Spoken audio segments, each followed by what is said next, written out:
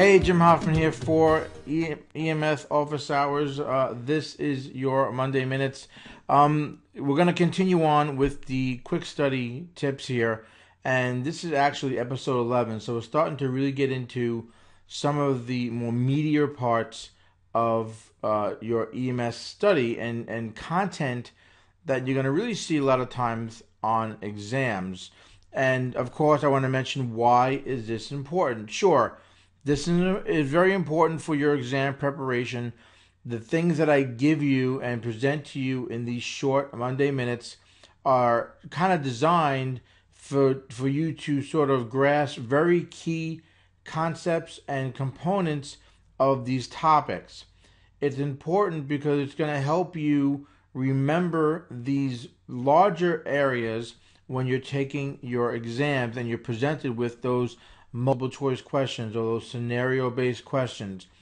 I personally also feel it's going to help you when you do things like your patient care and your clinical presentations and your clinical impressions of patients, okay, and even with your documentation.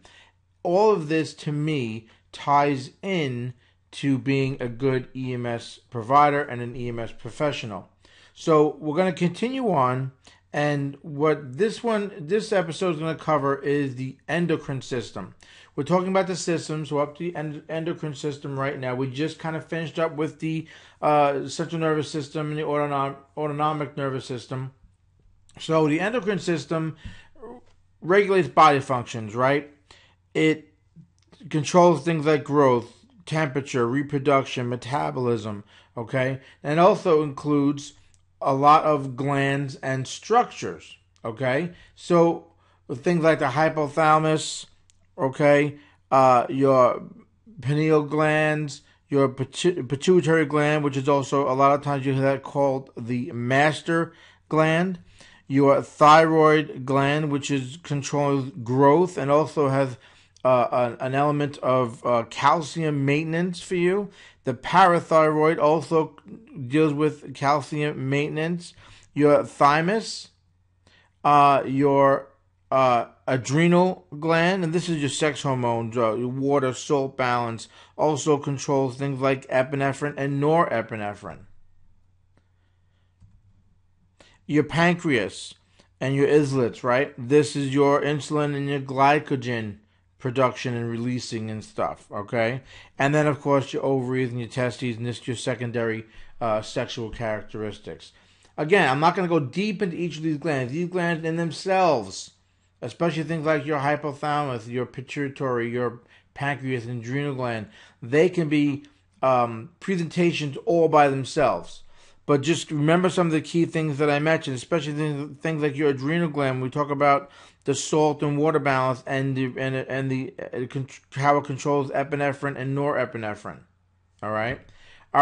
So what are some of the feedbacks or the mechanisms that each of these kind of control? Right. Well, your hypothalamus has that releasing factor. Okay, but if you look at the bottom here, it also stops producing that releasing factor as well, depending upon what's going on in the body. And then your pituitary gland is that stimulating factor, okay? And the target gland that you might have is where the hormones get produced. And then, of course, the end organ, which is the effect that's going to have on organs, okay? So all this kind of really ties in together, how one sort of acts on another, and at the same time can control one, such as the hypothalamus, where it will stop producing that releasing factor, okay? And finally, we're going to talk about blood a little bit here, and this is really a fluid tissue, right? And it's made of cells and plasma. Now, I'm sure you realize this, the average pH in the body is 7.4, and the average amount of blood inside of someone's body is 5 or 6 liters. Some people might tell you it's closer to 7, depends upon what textbook you read, okay? But on average, we're talking 5 or 6 liters of blood in the body. And when we break down a little bit more about blood, we have the red blood cells. These are your erythrocytes, your hemoglobin that binds and carries the oxygen, right, and transports it around the body. and then your white blood cells or your leukocytes. So this kind of breaks down a little bit more. We have the neutrophils that fight the bacteria, your lymphocytes and your monocytes that fight viruses and fungus, and then your eosinophils and basophils, which are the allergic reaction. And you might take a moment. I'm going to just mention this because I actually took a recent presentation on this, looking at some of the basophils. Go ahead and look a little bit more into that and find out, just for your own knowledge, and I think this will also help you on exams and when you're doing your patient assessments and what's going on with patients, is to look at the basophils and how they affect allergic reaction, anaphylaxis. I think you'd be pretty interested to find out how that works and how that ties in to your everyday patient care. Okay. Finally, with the blood, guys, is the platelets, and of course, that's the clot formation. So as you can see, and again, this is a very general, right? And you can kind of go much deeper into hemoglobin. You can, how it binds to the oxygen and how it gets transported, and how many attach to each platelet and cell and all that good stuff, right? So, but again, this is made, and this Monday Minutes is here to give you the key concepts, okay? So that when you're taking your test and you see red blood cells, you can remember, okay, that's hemoglobin, that's erythrocytes, that's oxygen being transported, right? When you talk about the white blood cells, that's basically fighting viruses, fighting bacteria, okay, dealing with allergic reactions, okay, and leukocytes, right? So, these are the key elements that you're going to want to recall when you see those multiple choice questions, when you see scenario-based questions asking you about, certain elements of what might be going on with a patient, okay? And also, again, I firmly believe that this is the type of stuff that will help and carry over into your patient care, into your clinical assessments and impressions, and also into your documentation, okay? All very, very important stuff. So I'm going to end this here, okay? Again, endocrine system could be a few days worth of presentations, okay? And I'm sure if you're in paramedic school, you remember your paramedic training, that it was indeed that, right? But here at the Monday Minutes, we're trying to give you those key concepts, those broader kind of elements, and I'm hoping that if you're confused or don't understand some of these elements, you will go ahead, open up that textbook, maybe you haven't opened up in a little bit, and look a little bit further into those parts that you're confused about or that you don't quite recall and understand 100%. All right, so I'm going to end that here, guys. Again, these are key concepts, right? I encourage you that if you are confused, you don't understand what's happening, or kind of stuck with a certain key element here, maybe it's a certain gland, maybe it's something with red blood cells, maybe it's pH, okay? Go ahead, crack open your textbook, all right? Don't let it collect dust on the shelf, guys. There's a great, resource right at your fingertips there in your paramedic textbook, okay? Open it up once in a while before you have to take a test, before you have to get stuck on something.